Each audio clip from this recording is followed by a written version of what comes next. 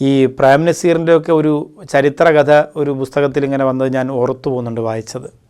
ഒരു ഉസ്താദിനോട് പറഞ്ഞതാണ്, ഹമലതുഹു ഉമ്മുഹു വഹ്നൻ അലാ വഹ്ൻ വഫിസാലുഹു ഫീ ആമൈൻ. അള്ളാഹുവിൻ്റെ ഖുർആൻ പറഞ്ഞതാണ്.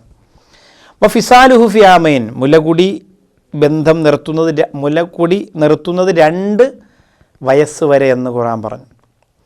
വലിയ ശ്രേഷ്ഠതയാണത്. ഡോക്ടർമാരോട് നിങ്ങൾ ചോദിക്കുക. ഈ പ്രേം നസീറിൻ്റെ ഒക്കെ ഒരു ചരിത്രകഥ ഒരു പുസ്തകത്തിൽ ഇങ്ങനെ വന്നത് ഞാൻ ഓർത്തു പോകുന്നുണ്ട് വായിച്ചത്.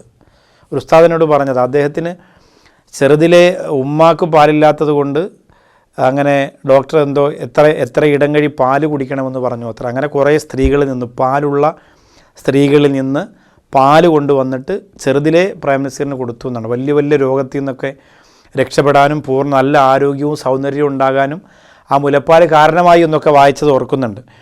അപ്പോൾ 2 വർഷം നിങ്ങളുടെ പ്രിയപ്പെട്ട കുഞ്ഞിന് പാല് കൊടുക്കാൻ അള്ളാഹ് പറഞ്ഞിട്ടുണ്ടെങ്കിൽ ആ 2 വർഷം ഇതെല്ലാം നമ്മുടെ വയറ്റിനകത്ത്, നമ്മുടെ കുഞ്ഞ്, നമ്മുടെ ശരീരം, നമ്മുടെ ആരോഗ്യമൊക്കെ അള്ളാഹുവിൻ്റെ തർത്തീബാണ്. അങ്ങനെ അള്ളാഹ് പറഞ്ഞിട്ടുണ്ടെങ്കിൽ ആ കുഞ്ഞിന് അതിൻ്റേതായ ക്വാളിറ്റിയും ആരോഗ്യവും ഉണ്ടാകും, ഉറപ്പാണ്. പക്ഷേ നമ്മൾ നമ്മുടെ സൗന്ദര്യവും നമ്മുടെ തിരക്കും ഒക്കെ മനസ്സിലാക്കിയിട്ട് നമ്മൾ കുറച്ച് കളയാണ് ചെയ്യുന്നത്. അതിൻ്റേതായ പ്രശ്നം ആ കുഞ്ഞിനുണ്ടാവും. അപ്പോൾ നിർബന്ധമാണെന്ന് ചോദിച്ചാൽ നിങ്ങൾ 2 മാസം കൊടുത്തിട്ട് നിർത്തിയാലും ഇസ്ലാമിൽ പ്രശ്നമൊന്നുമില്ല. ഇസ്ലാമികമായ രീതിയിൽ നിങ്ങളോട് നിർദ്ദേശിക്കുന്നത് 2 വർഷം കൊടുക്കാനാണ്. അതിൻ്റെ പ്രശ്നം നിങ്ങളുടെ കുഞ്ഞിനുണ്ടാവും.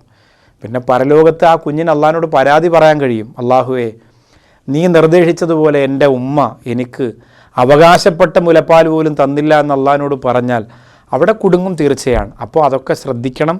ബാധ്യതകളും കടമകളും മറക്കരുത്. പരമാവധി 2 വയസ്സ് പൂർത്തിയാകുന്നതുവരെ മക്കൾക്ക് മുലപ്പാൽ കൊടുക്കുക. അള്ളാഹു അനുഗ്രഹിക്കട്ടെ.